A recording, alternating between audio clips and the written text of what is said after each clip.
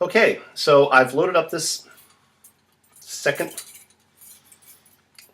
first side. I've loaded up the second spokes. And now I'm going to go back to my valve spoke. My valve spoke, which is where the inner tube valve goes. And if I look at that, my finger comes down from that. If I rotate this hub this way, that spoke hole crosses. The spoke crosses that hole. So I want to rotate the other way so that it doesn't cross the spoke hole. I'm going to rotate away from that valve hole, and I'm going to pull it until it's tight, and I'm going to grab one spoke, any spoke, and I'm going to cross the first spoke, the second spoke, and I'm going to tuck underneath that third spoke and come in the middle hole that's left, which should be on the same side as my other spoke. And I'm just going to keep doing that all around the wheel. So I'll just take a spoke, cross one, cross two, tuck under the third, and then put it in its hole.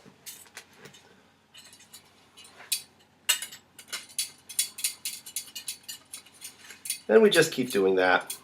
And it doesn't really take that long. Sometimes I'll put the spoke nipple in the rim first, and then it'll make it easier for me to put the spoke in and get the thread started. So I put the spoke nipple in, then I put that spoke in there, and it just kind of sticks down on it. Makes it easy just to draw it up a little bit.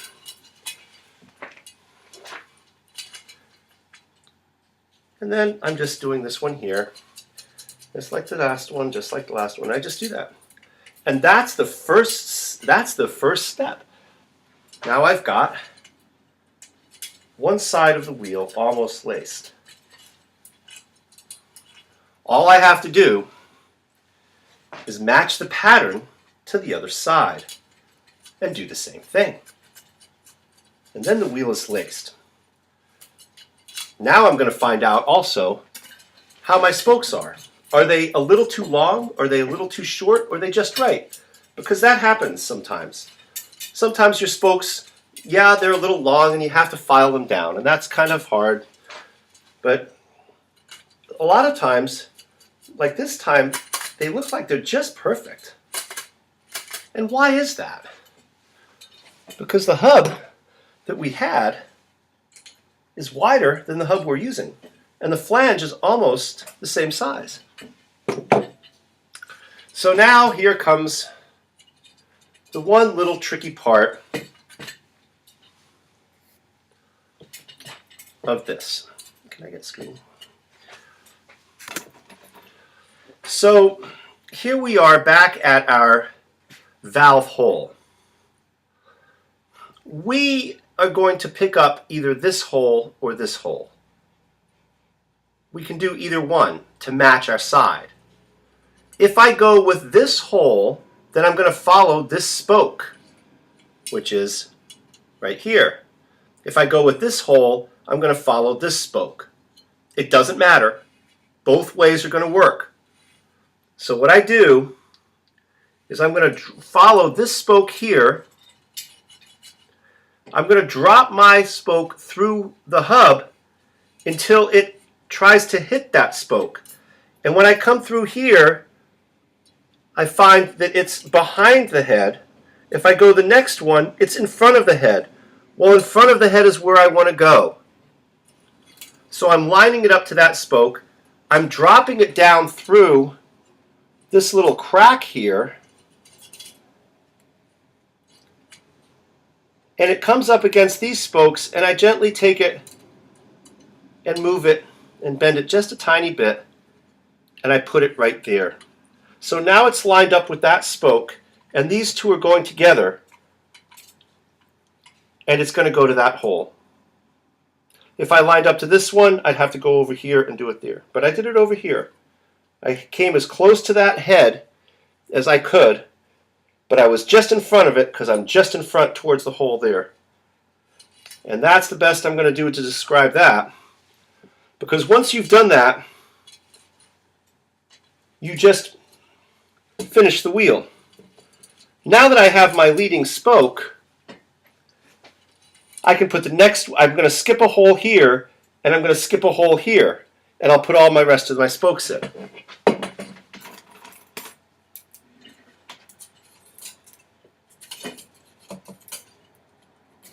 Time you're spoken, I'll check it. Oh, you're doing that. You got that? Mm. You did a 2 cross. I'm a little bit confused. Oh no, you did 3 cross. Yeah, you're right.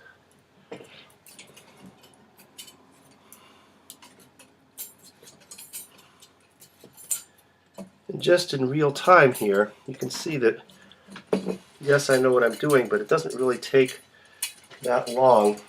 And I just fish these out of here. They just come in here.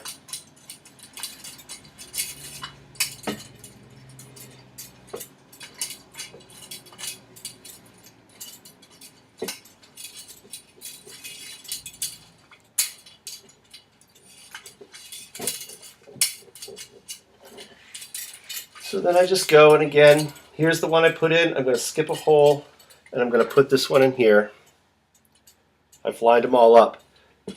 If you don't line them up properly, when you go to draw up your wheel, you'll know. It won't work. You might not be able to build the rest of your wheel,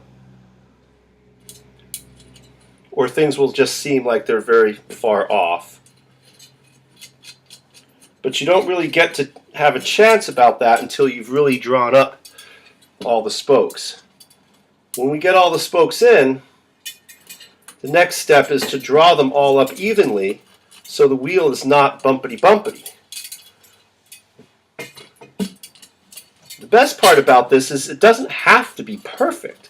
We want to get it as perfect as we can, but it's a junky steel rim, and it might have imperfections that won't let it be perfect. It's also a coaster brake now, so it doesn't have to pass through the brake arches, so you have more lateral side-to-side availability. But again, if you draw it all up evenly and do a modest true on it, then it should work out very well. And then you have a little bit more skill, and maybe there's another set of wheels that you want to build. I will also add that just because this is easy wheel building, there are a lot of wheels in the bike industry that require a little bit more skill. Because they're made of lighter materials, the spokes are thinner, you have to make sure you have exactly the right length in some cases. You don't want to go grinding a new wheel. And the spokes are better, and they cost more. Good spokes for a nice bike. Oh, now what I'm doing is I'm doing the last step, and I didn't tell you. You see, all I'm doing is I got those spokes in, so I'm just dropping them down the other way for the last thing. And what do you think I'm going to do with those? Well, I'll tell you what we're going to do. We're going to cross twice and tuck under the third, just like the second step. And that is just really how you lace a wheel. It's fast, it's easy. If you're doing it step by step, you know where you're making a mistake. You can stop and start over. Remember the rules of the shop. Don't hurt yourself, don't hurt what you're working on, and don't hurt the tool you're using. Because there's a better way to do it if you are. Those are some of the things. And what did I not do? Anyone catch that? I didn't tuck under that one. See that? Just like that. There we go.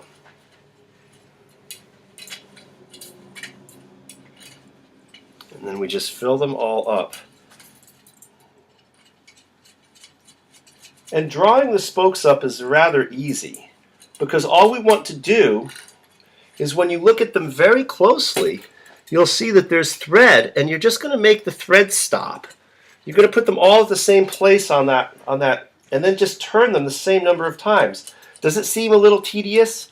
Yeah, it's a little tedious, but it's worth it, because if all the spokes are drawn up evenly, then you don't have to deal with a lot of up and down, and your wheel's going to tighten up very nicely, and it's just going to take so much less time to straighten it out.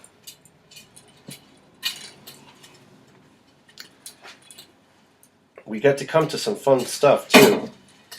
After we draw the wheel up and we're going to true it, we get to put it in the frame, and we get to bend the frame to do that. yeah, we're going to bend the frame. And that might be harder for some than others, but most of these frames aren't really that strong when it comes to trying to bend them. But boy, when they have nice wheels on them, they're nice and strong and they can keep going. Can we go back over this part? Okay, so here we have another wheel. We're going to do this again. Now we have this lined up. So again, here we are at our valve hole. And we can come, and this time we're going to go to this hole here. And so we're going to follow this spoke. Well, I want to follow this spoke right here, so I'm going to drop down in front of it.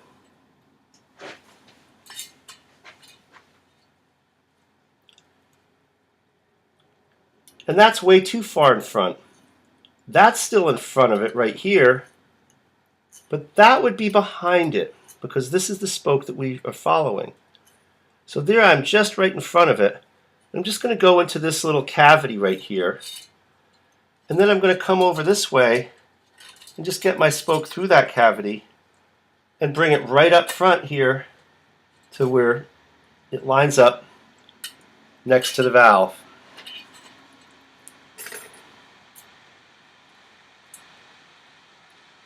And then there we go. And now we followed this spoke here, and these two go together. And so now all we have to do is skip a hole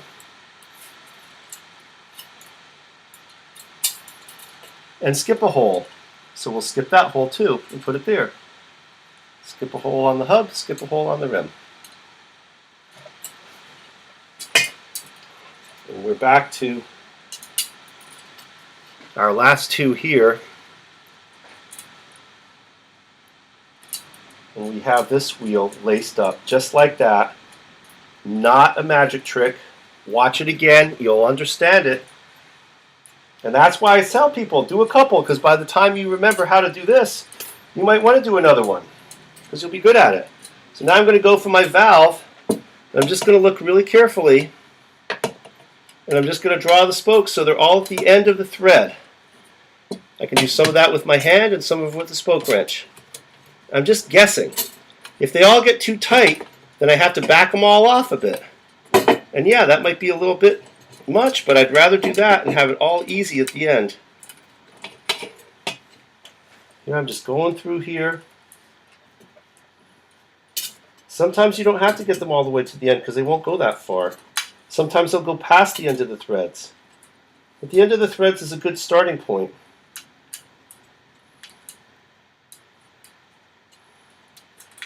Sometimes you can feel the threads with your thumbnail. And we just do that like that. It doesn't take much.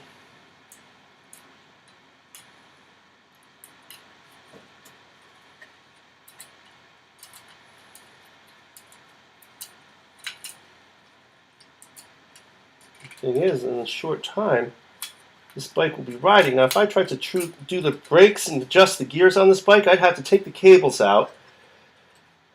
I'd have to take the wheels off anyway because they needed tires. And I have to adjust those brakes. I have to work on those cables. Well, I could have rebuilt this wheel. And this bike is going to be so much happier without that stuff on it.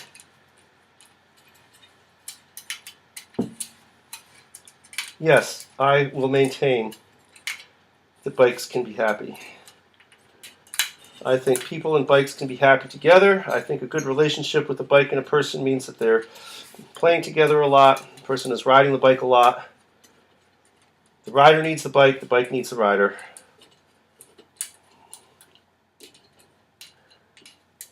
And if you're smiling, you're doing it right. If you're not smiling, get another bike.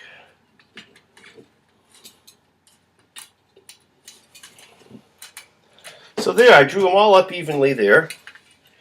Now I'm going to talk about dish. If we look at this, how do I get that? If we look at this straight on, this is flatter and these kind of stick out. We don't want that. We want that to stick in and this to be there. So we're going to tighten all the spokes on this side a bunch more. I think maybe 3 times. But if I count them all evenly, I won't mess up my up and down. I'm just going to leave the other ones there because the wheel isn't fully tightened yet. What I call fully tightened is under tension. As soon as the wheel is under tension, you can ride it even if it's not straight. It's strong enough to support you. All the spokes are tight. You just have to straighten it. Well, we want to get it all tight. And that's why I say that sometimes tensioning is almost a whole other part of building the wheel. Find your parts, lace it, get it tense, and then true it.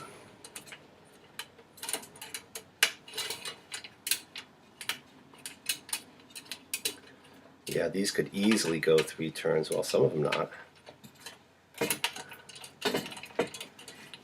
And then you find out where your wheel is as far as tension. I know that most of these can't go anymore.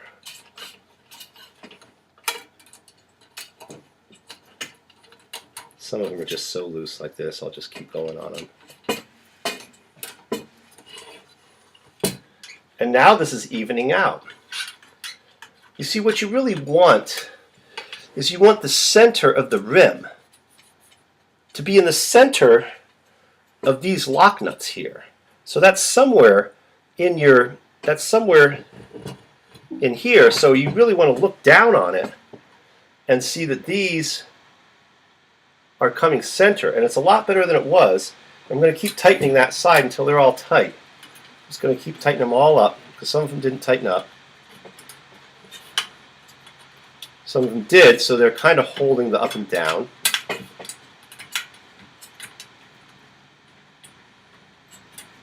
It's almost like a whole other 3 turns on all of them.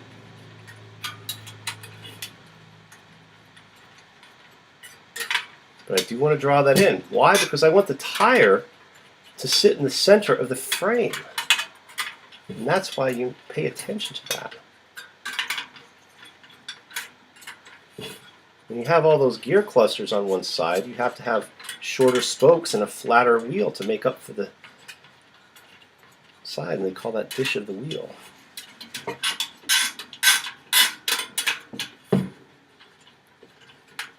I have to make sure I tighten these even though they get a little harder, otherwise I'll lose my up and down advantage.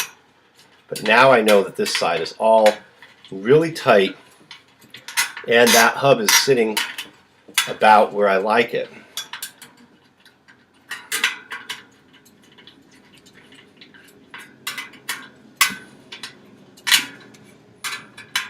A lot of bike shops don't work on Huffies because they realize that they're going to spend a lot of time. Their time is worth more than those bikes are, and they're going to spend a lot of time, and it's going to break, and they're going to charge the same as they would on a regular bike. So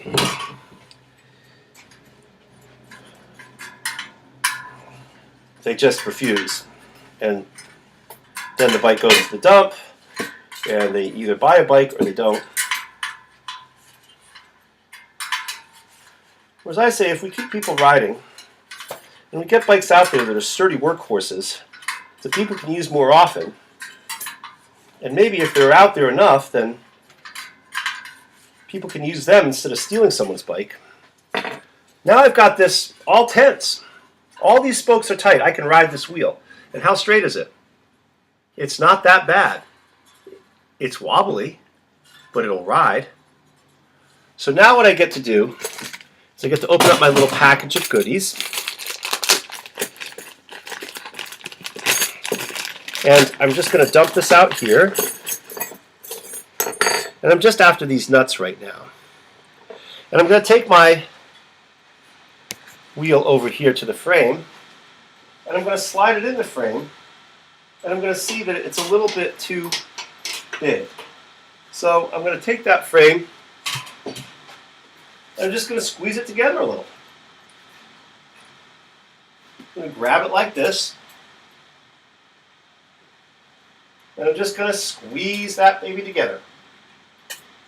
Like that. Now I'm going to take my hub again. I'm going to see how far I went. Well, I went too far. So that one, I'll just pull it apart a little. I'll put it in there, and it's almost perfect. Just a little tiny squeeze, and that's all I have to do. And there it is, a nice fit. Well, now what I can do is I can take these two nuts, and I can put this right here.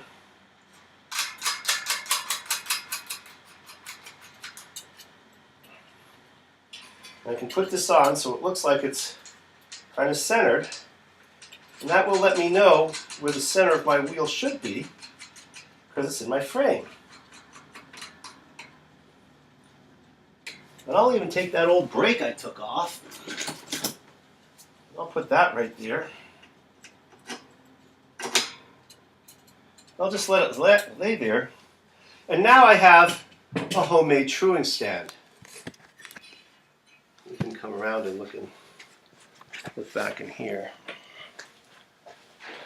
And we want to come in that view. So here we can show and we can measure the runout. And so I want to see that it starts here and it stops there. So I'm going to tighten this side and I'm going to loosen the other side. Because it goes this way, I want to let it go and I want to tighten it back over here. And I want to do it in as much of a range as I can so that I affect more of the wheel. So then we look at it.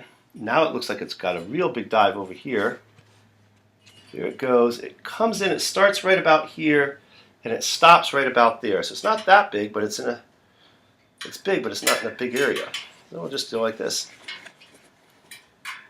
And we'll go like that. People always say that you're straightening the rim, but you're not. You're positioning the hub. The rim is always straight by itself. But if the hub isn't perpendicular and centered to the rim, then you'll have a little wobble. All right, now let's see how we're doing. Oh, it's getting there. See some people riding bikes with wheels worse than this. There we go, right there. So we'll do that one there. That was just 3 places on that wheel that were really out a lot, dramatically. But see, I mark with one hand so I know how far to go.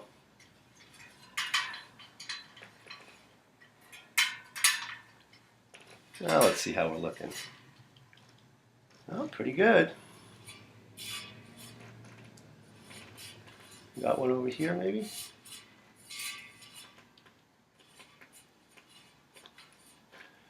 And again, the more patience you have, and the more you don't tighten things too much, you'll be successful. You'll be amazed.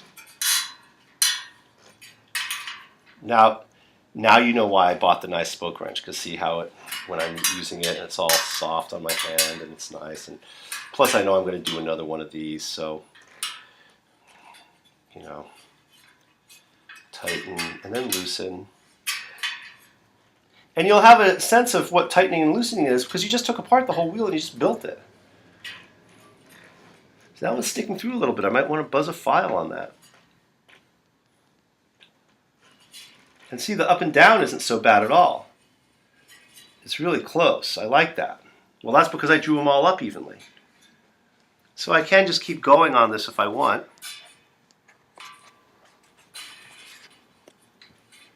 And just do a little bit of true. And then what I'm going to do is I'm going to go out and get another bike and get some tires and tubes off of it. Because I got another bike, but its chain was all rusty. I'm like, well, I could take the tires and tubes off that because I want to get some tires and tubes.